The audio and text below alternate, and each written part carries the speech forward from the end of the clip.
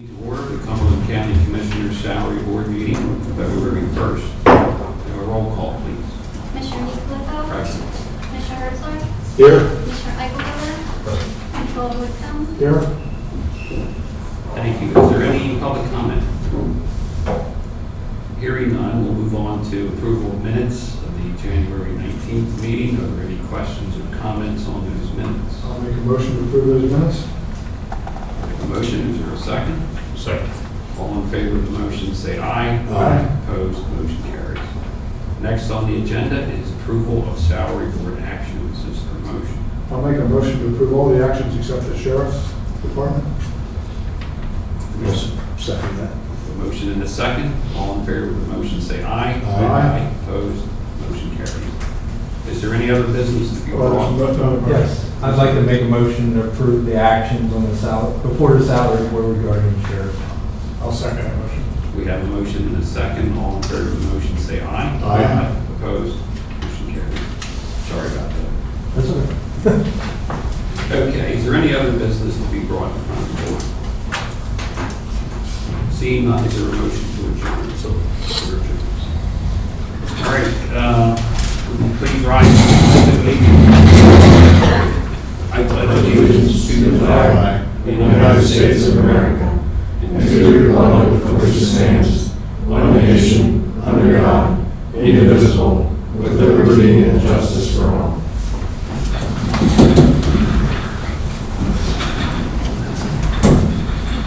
Call to order the Board of Commissioners meeting for February 1st. Have a roll call, please. Commissioner Nicolito? Present. Commissioner Herzler? Here. Commissioner Eichelberger? Present. Is there anyone who has any public comment on any agenda, on anything that is not listed on today's agenda? Hearing none. Next is approval of minutes of January 14th and January 19th. Are there any questions, comments on those minutes? Is there a move for approval? Is there a second? Second. Motion and a second. All in favor, say aye. Aye. Opposed, motion carries. Next is approval of personnel transactions. So moved. Second. A motion and a second. All in favor, say aye.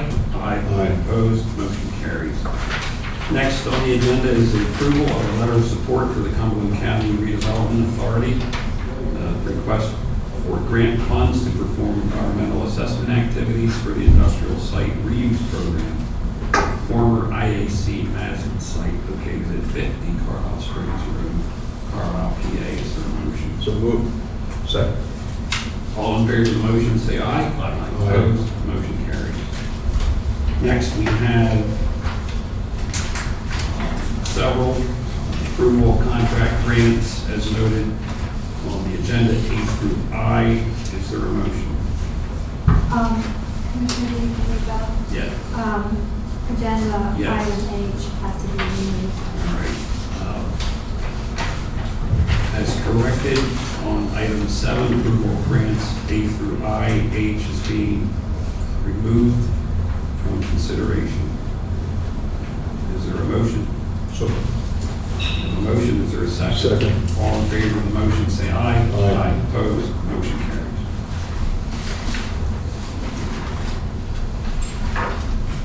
Next is approval to request to authorize advertising, and this is for RFPs for the Claremont Nursing Rehabilitation Center food service, housekeeping, and laundry operation.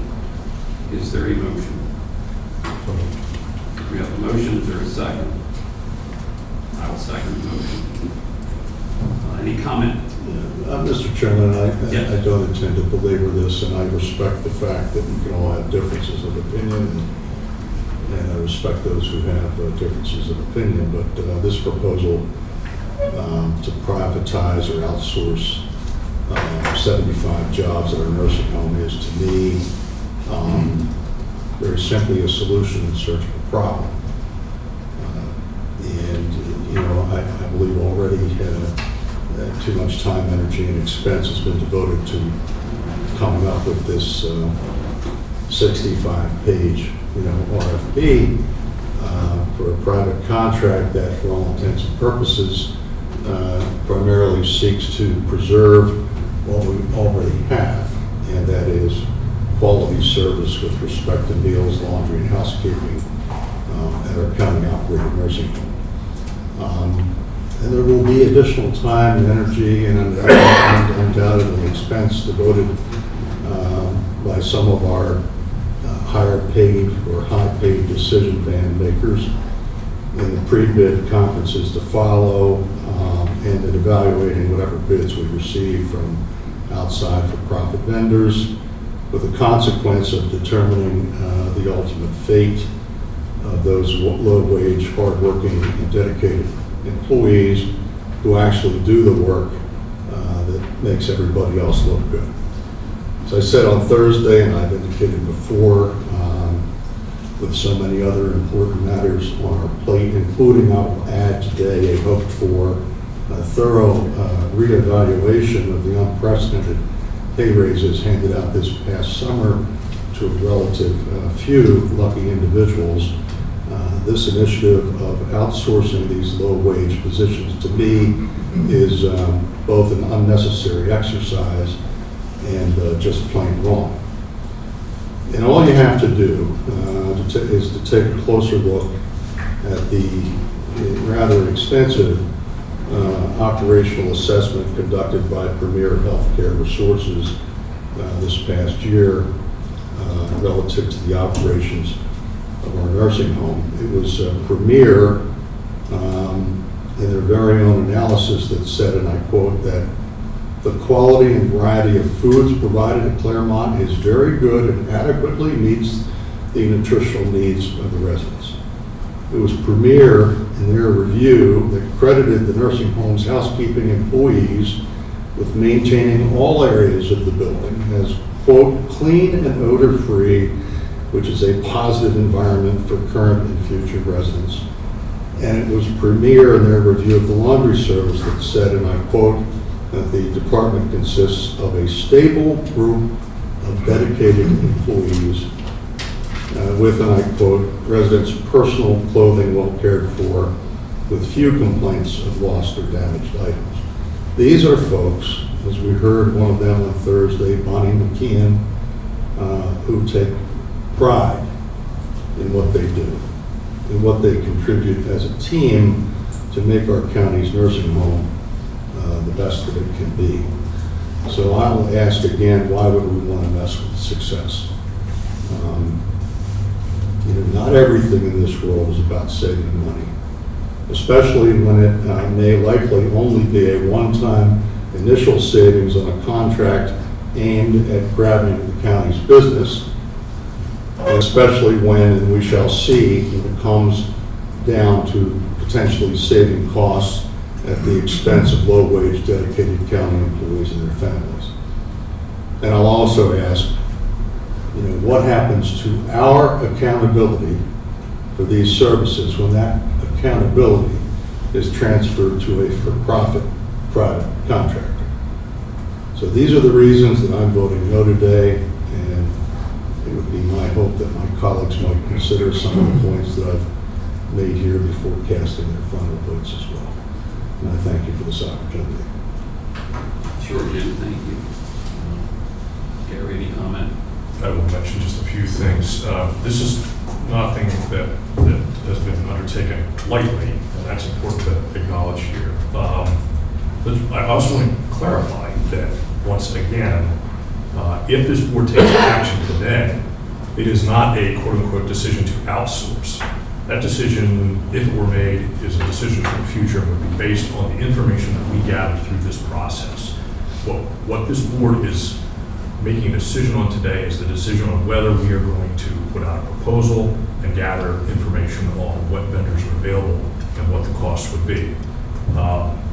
And that we certainly, in developing a proposal of that nature, if we have and can continue to ensure that there are safeguards in place that would address most of the issues that were raised here a few moments ago. There's no threat to the quality of food.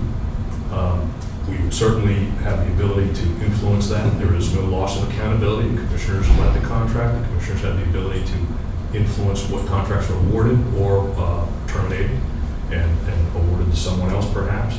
So that still rests with us. It's not a threat to the employees. They all get to keep their jobs. They all get to remain as part of AFSCME union, so they have representation. So I don't understand the dire verbiage that's being circulated in terms of this proposal. What this proposal does, again, is allows this board for once to actually gather data and to gather information to allow us to make decisions. And I don't mind saying, I find if we're willing to do this, this is a very gratifying change from the previous board, which if there was even a hint of the possibility of something being suggested that wasn't popular, that we simply, as a board, refused to even ask the question. And that board essentially made a conscious decision to govern by keeping itself in the dark. And we paid a price for that across a range of issues. So I applaud the effort that has been put into this by staff to ensure that we do have safeguards and to also give this Board of Commissioners some tools to work with when it comes to management decision-making and for encouraging us and enabling us to break with a past where all tools were simply put off limits. So I'm going to vote for this. I think it's a good step, but it's only the first step. And any decision, as I mentioned, will come further down the line after we've gathered significantly more information. So I'm in favor of this, and I'm certainly hope it passes. Okay, thank you, Gary. Thank you, Jim. I think both commissioners have made good points here. As far as my opinion, I think it's, as an elected official, it's our due diligence to look into matters, and this is one of them, and I will be voting for this. And I know it's been said multiple times, RFP does not necessarily mean there's going to be any changes. It's fact-finding, gather some information, and whether this board proceeds with making an actual change, we don't know yet. Solicitor Brenneman and I know that this board, for any reason, can reject any bid that comes through. So if we get something here that I know, in my opinion, if it's detrimental to the employees, I will not be supporting it. But it is, in my opinion, our due diligence as elected officials to seek this information. Is there any other comment? I just, two other quick points, and that is that I understand that in the RFP it talks about maintaining the current employees' wages and comparable benefits, and I appreciate that being in the RFP. But again, you have to wonder, what happens when some of those individuals retire. And these are things that I guess we can discuss when the pre-bid conferences are coming and some of the other issues. In other words, are they going to retain their jobs at Claremont, or is this really just that they're going to retain their jobs with, or be offered to retain their jobs with one of the contractors? And we don't know, if you get down this road in terms of contracting this out, what happens, when we get to the next contract. The other question and point I'd like to make is this is, an effort to seek private bids, okay? And I shared with my colleagues here just a little while ago something I was reading over the weekend about advantage competition, and it is something that I do think that, we can explore, where instead of just looking at, outsourcing to profit, private sector entities, that we actually look at perhaps insourcing, where it makes sense, and where we can save dollars as well. So because, while it's true that, some in the private sector may be able to do things better than we can in the public sector, it's also true that government doesn't operate at a profit. We're here to, provide important services at the least possible cost. But I do think that, there's a number of differences here between, and we've taken Commissioner Eichelberger said that the prior board didn't want to do anything. Well, we have taken a number of steps, and we did do a number of things. This is kind of where, though, I have concern, because again, we're talking about, potentially jeopardizing the positions of very low wage, but hardworking and dedicated employees who do a good job. So we'll see what the RFP, I can count the votes here. And I would like to put the management on notice, though. I would like to sit in on those pre-bid conferences, and I'd like to hear from myself what those who might be interested in bidding, have to say. I'd like to hear the dialogue. So, thank Okay, you. thank you. Larry, you had a comment? Very briefly, more philosophical comment. The very day before this proposal or this request to advertise an RFP was put before the Board of Commissioners, a presentation from our advisors on the nursing home, particularly on the financial nursing aspects of the nursing care industry in our country, which clearly outlined that as has been said in a popular song, these times they are changing. The nursing home of today will not be the nursing home 2 to 3 years from now if we want to survive. It has to be a nursing home that not only keeps its costs low, but holds down readmissions and is able to produce data and maintain quality at a level that will put us in a position to take part in managed care, accountable care, organization, and bundle payments that will become more the norm if we do not make those changes that we need to make and build upon the positives we have. We will not survive. This business, as anybody who's been in healthcare or even remotely connected with healthcare can tell you, this business is changing constantly.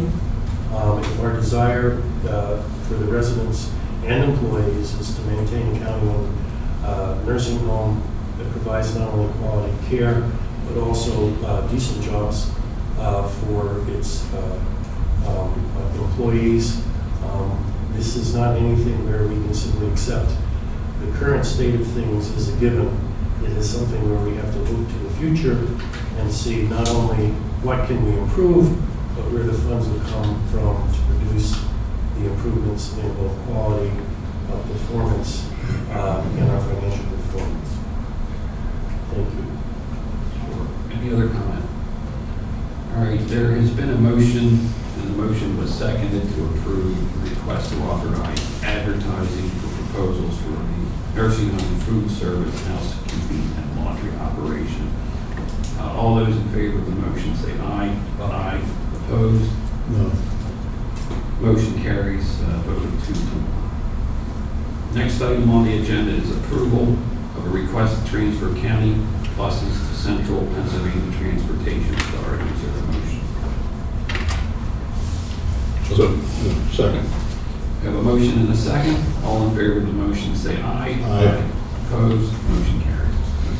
Next on the agenda is approval of general disbursements, transfer authorizations A through G. Is there a motion? Is there a second? Second. I have a motion and a second. All in favor of the motion say aye. Aye. Opposed? Motion carries. I'd like to report that an executive session was held on January 26th at 10:35 a.m. to discuss personnel issues. Item 12, I believe, is canceled. Jim and Gary, have anything?